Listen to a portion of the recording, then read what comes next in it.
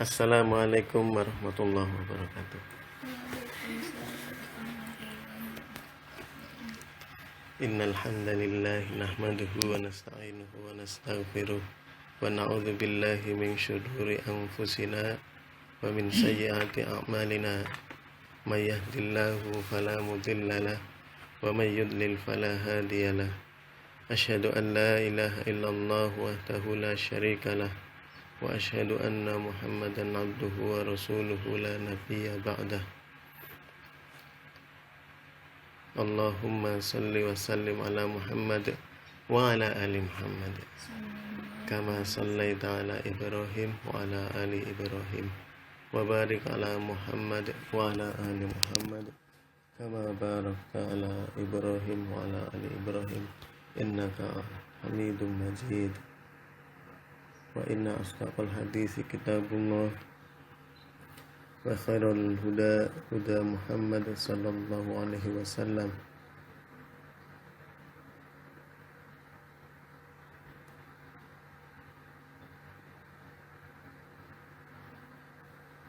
Sidang ini namanya sidang apa? Sidang kultum subuh keluarga Abu Faid.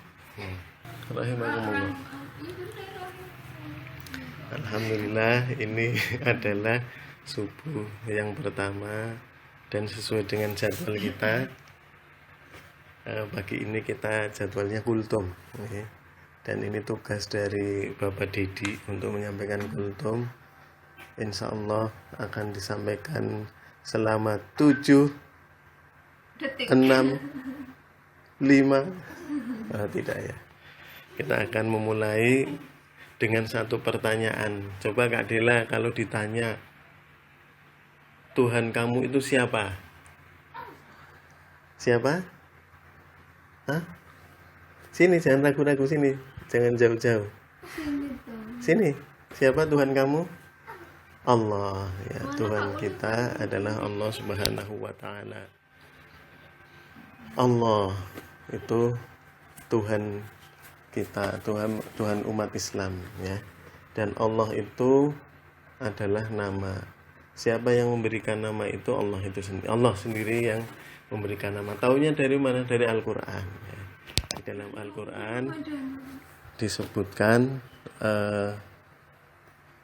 ayat-ayat yang menyatakan bahwa Tuhan kita itu bernama Allah. Tetapi Allah juga menyebutkan nama-namanya selain kata Allah. Disebut apa Kak Dela? Apa? Namanya apa? Asmaul Husna. Ada berapa? Berapa Kak Dela? Aku nggak tahu. Ada banyak. Ada 99. Nah, Masya Allah. Suatu ketika Rasulullah ditanya, Allah itu seperti apa? Nah, kalau kita ditanya seperti itu, jawaban kita bagaimana? Bingung atau tidak? Kak Dela bingung apa enggak? Devaid bingung atau tidak? Kak Ulia? Kak Ulia?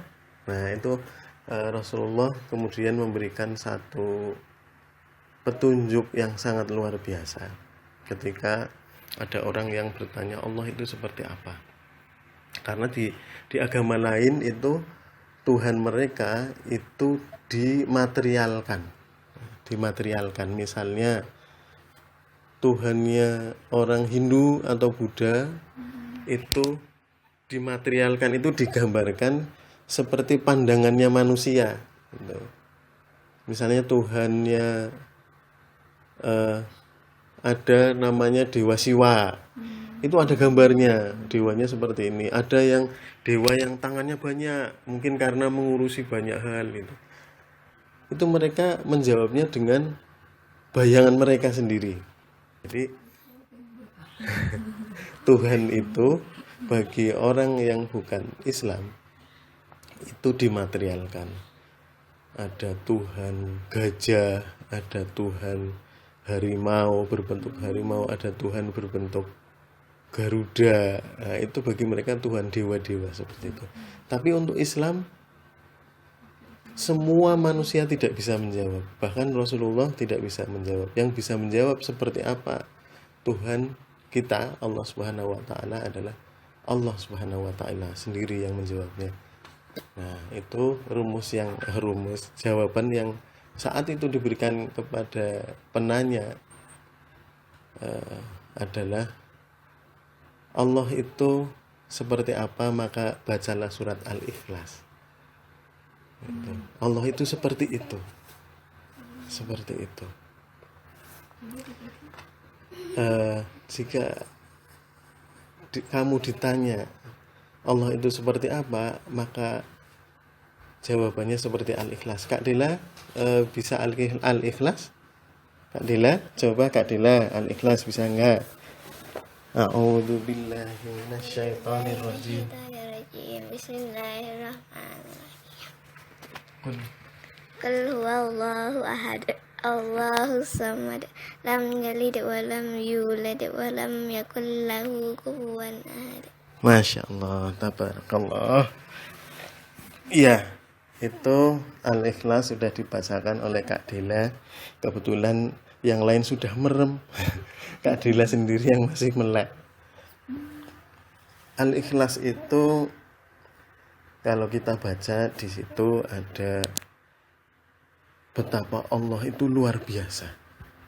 Sangat berbeda dengan yang kita bayangkan selama ini. Kalau Tuhan Yesus bagi orang Kristen itu Tuhannya seperti itu, dipalang, disalib, dipaku, terus menangis, keluar darah, atau ada istilah Tuhan itu berdebat dengan iblis katanya, atau Tuhan berdebat dengan setan, atau Tuhan merasa malu. Itu ada di, kalau kita baca di kitab-kitabnya selain Islam itu seperti itu. Betapa Tuhan digambarkan seperti manusia, padahal Allah itu maha segalanya.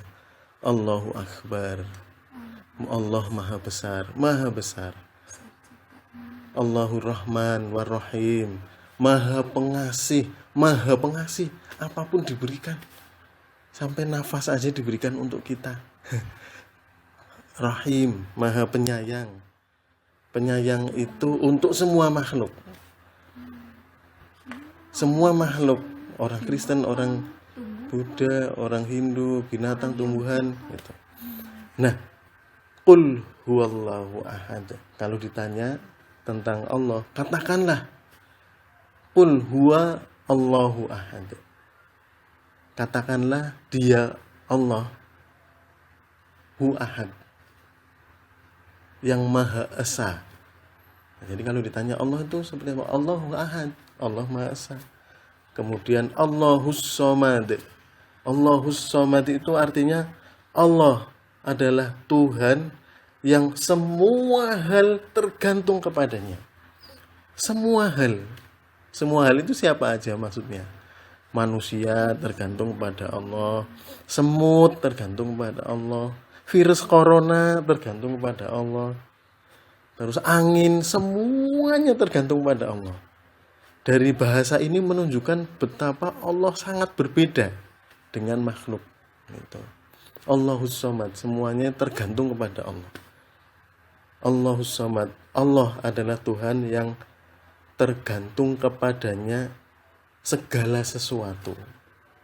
Kan luar biasa. Kalau kita membaca ayat ini saja itu sudah semuanya tergantung. Bumi, matahari, planet-planet. Setelah planet apa? Galaksi. Setelah galaksi, alam semesta. Alam semesta itu luasnya kita nggak tahu. Zamannya bapak waktu kecil kan kayak gitu. Itu maksudnya tidak terukur ya, makhluk saja kita nggak bisa mengukur gitu. Itu semuanya tergantung kepada Allah. Allahus Samad.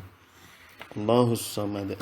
Allah adalah Tuhan yang tergantung kepadanya, kepada Allah segala sesuatu. Kemudian lam yalid wa lam yulad, dan tidak beranak, tidak pula diperanakan. tidak beranak, tidak diperanakan. Maksudnya tidak dilahirkan dan tidak melahirkan. Suci. Maha suci. Maha suci Allah.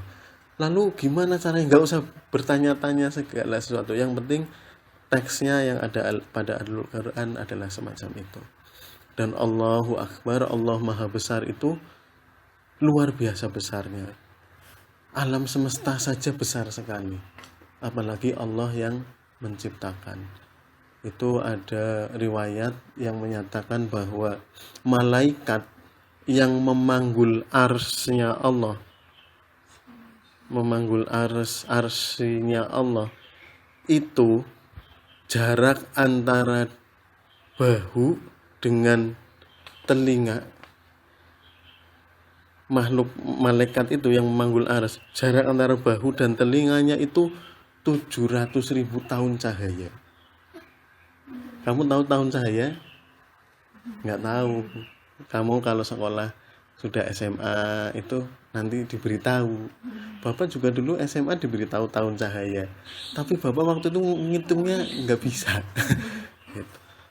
Jadi jaraknya itu ribuan tahun cahaya. Kalau kita berjalan mulai tahun 1 itu baru 700 tahun ke 700.000 itu baru sampai.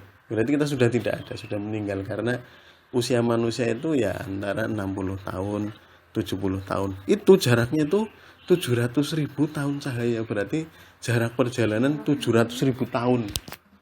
Itu antara bahu dengan telinganya ya. Ya, kalau tidak salah itu. Betapa malaikatnya saja sebesar itu. Malaikat yang keren, iya, itu malaikatnya saja yang ngangkat arsy itu sebesar itu ada riwayat itu. Apalagi Allahu Akbar, Allah Maha Besar. Walam yakul lahu kufuwan ahad, dan tidak ada seorang pun yang setara dengan Allah, tidak ada yang setara. Jadi kalau kita membayangkan Allah, tidak bisa dibayangkan karena tidak ada. Walam yakul lahu kufuwan ahad, tidak ada yang setara. Jangan membayangkan Allah itu seperti manusia. Yang suka memberi, jangan membayangkan rambutnya panjang seperti apa. Jangan membayangkan. Itu juga ada pendapat itu kita tidak boleh ya, maksudnya haram untuk membanding-bandingkan gitu. Makanya ketika sholat itu kita sebenarnya disyariatkan untuk seolah-olah kita sedang berhadapan dengan Allah. Tetapi jika saat itu kita tidak boleh membayangkan Allah seperti apa, tidak. Pokoknya kita perasaan kita sedang menghadap Allah atau merasa kita diawasi oleh Allah. Wa qurafir warham wa anta khairur rahimin.